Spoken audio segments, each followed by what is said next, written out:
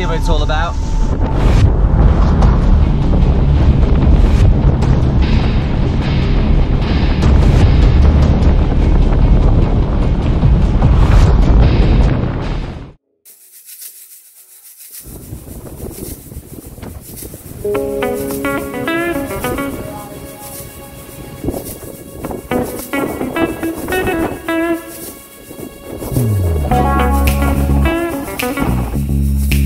Blew the reef line during the tack. The main just started going completely bananas. I managed to get the second reef in really quickly, and then and get the main snug down.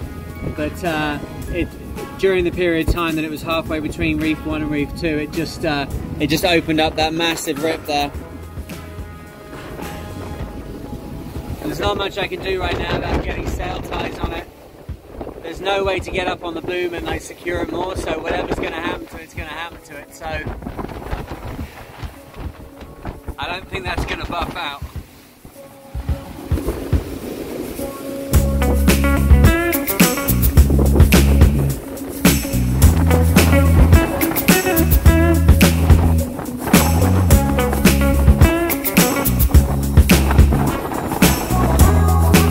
Such a pity because we're just at the end of this weather system, but as always happens, you can see that ridge of cloud up there. See the line of cloud in the distance? That's the back edge of the weather system, and as always the back edge has the worst strength of wind in it. So there we go, we shall deal with that when it calms down a bit. It's going to calm down during the night. I've got one more tack, and then we're off west towards Reykjavik. We put enough north in then.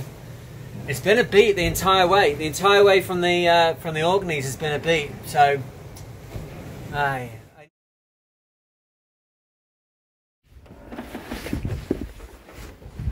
well, I am about 200 miles off Iceland, and I have driven into a predicted but still highly frustrating kind of little wind hole here. The course that I need to take is this way, down there, and I think you can see what the problem is. So, 2 nights ago, very, very heavy weather. Oh, just make it so you can see me. Very, very heavy weather, 30 knots, and this mainsail is pretty old. It's on its last legs. There's a new one coming, but the hope was that it would complete this journey, and it was looking okay for it. But I did a tack in the middle of the weather, and the reef line broke. And when the reef line broke, the main was then for a couple of minutes, like uncontrollably blatting away from the breeze, with the next reef line up, holding the sail in a kind of like parachute shape. I managed to smash that jammer open while I dropped the halyard and got the Cunningham on, tensioned the halyard, came back, got that reef line on, but by the time I was done, it's just curtains. So it's sunset for this mainsail, but with these laminate sails, when look how many patches are on it already. Like it's like a checkerboard. So we've got second reef available, nothing below second reef. So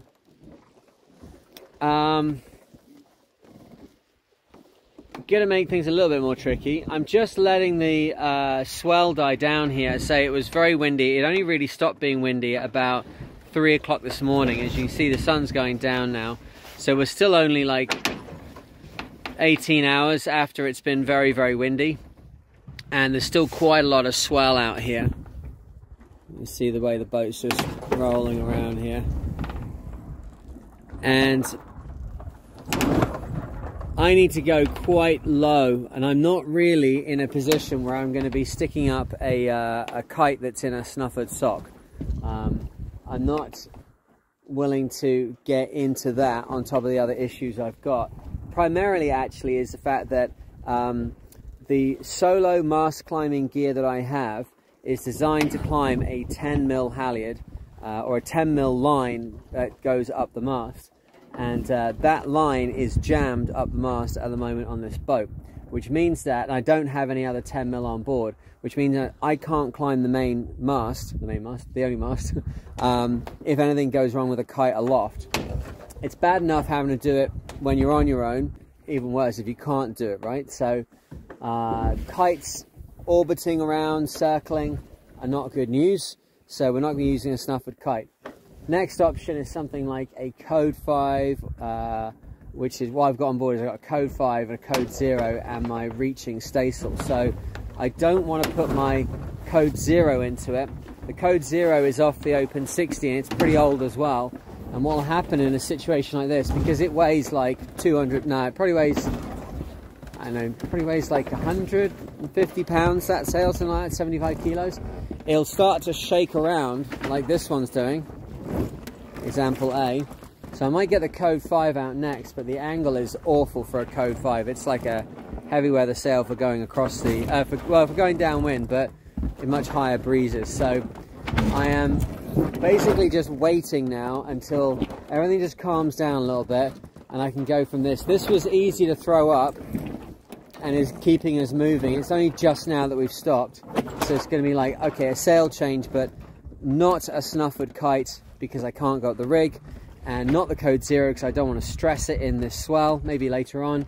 And the code 5, like, is that going to be like the best sail here? Like, I don't know. But the wind hole doesn't last for very long, and actually I'm getting to use the time to do other jobs, so that's always the best thing to do. When it gets light airs like this, unless you're racing, the best thing is just to kind of like, yep, okay, you do your thing, I'm going to go and do something else. So down inside the boat, I have been, I better put the lights on, you won't be able to see anything. There we go. I am got the floor up, and oh, you can't see. There you go. Doesn't have the wide angle on it that this is my phone. It doesn't have the wide angle on it I'm expecting from the GoPro. So the floor's up, and I've been. This is where all the ballast gear and stuff is in here.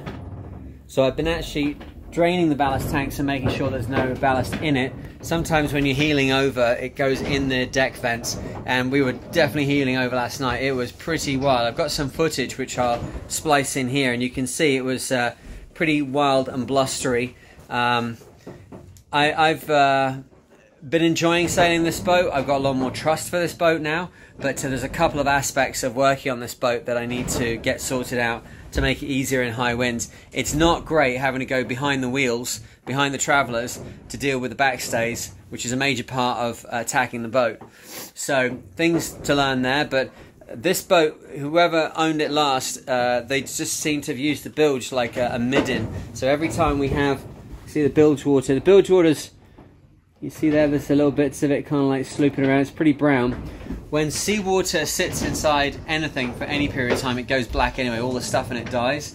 So if it gets into a bilge, then everything gets coated in that slime. You got to keep cleaning the bilges out, But this is like sediment and bits of paint and old zip ties. And I've cleaned these bilges at least once a month for a year now. This is on their 13th, let's say, cleaning of the bilges, and there's still like weird things coming out of it. So got that going on. There's some stuff just down the back there. The yellow and black box is the diving gear. There's 2 boxes of diving gear, and they were just bouncing around so much in the lazarette I pulled them out. And there's a load of brushes and things down there as well, again also just bouncing around like crazy.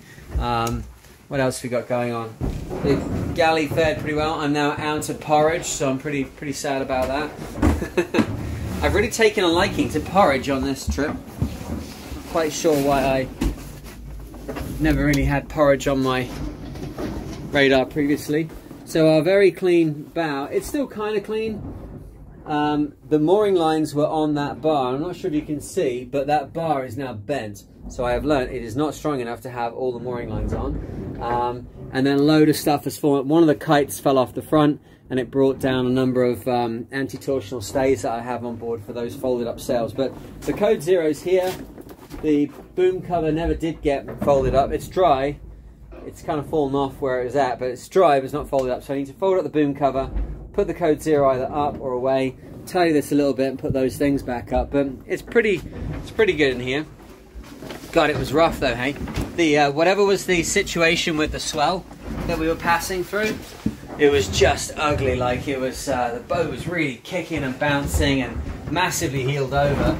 And I remember going up on deck at one point, and it was, this is after everything broke, and this is last night, not the night before, and going and putting an extra reef in, and it was like sailing a different boat suddenly. It was just, whatever was going on, that extra reef just calmed everything down. It was quite incredible. So, but that's it. So other than that, you know, okay, so that's the problem. So what's the good stuff? Good stuff is we're cleaning the boat, we're getting ready, we're only 200 miles to go. But look at the upside. Like, that's one thing I have to make sure I do as often as possible in this game, is just keep an eye on the beautiful things that happen here as well. Look at that.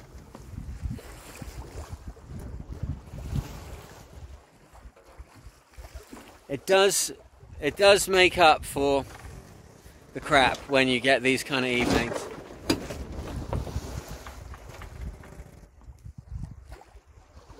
Well, I hope wherever you are and whatever you're doing, you are safe and sound. I'll put this back together again, and I'll speak to you in the next one. Cheers.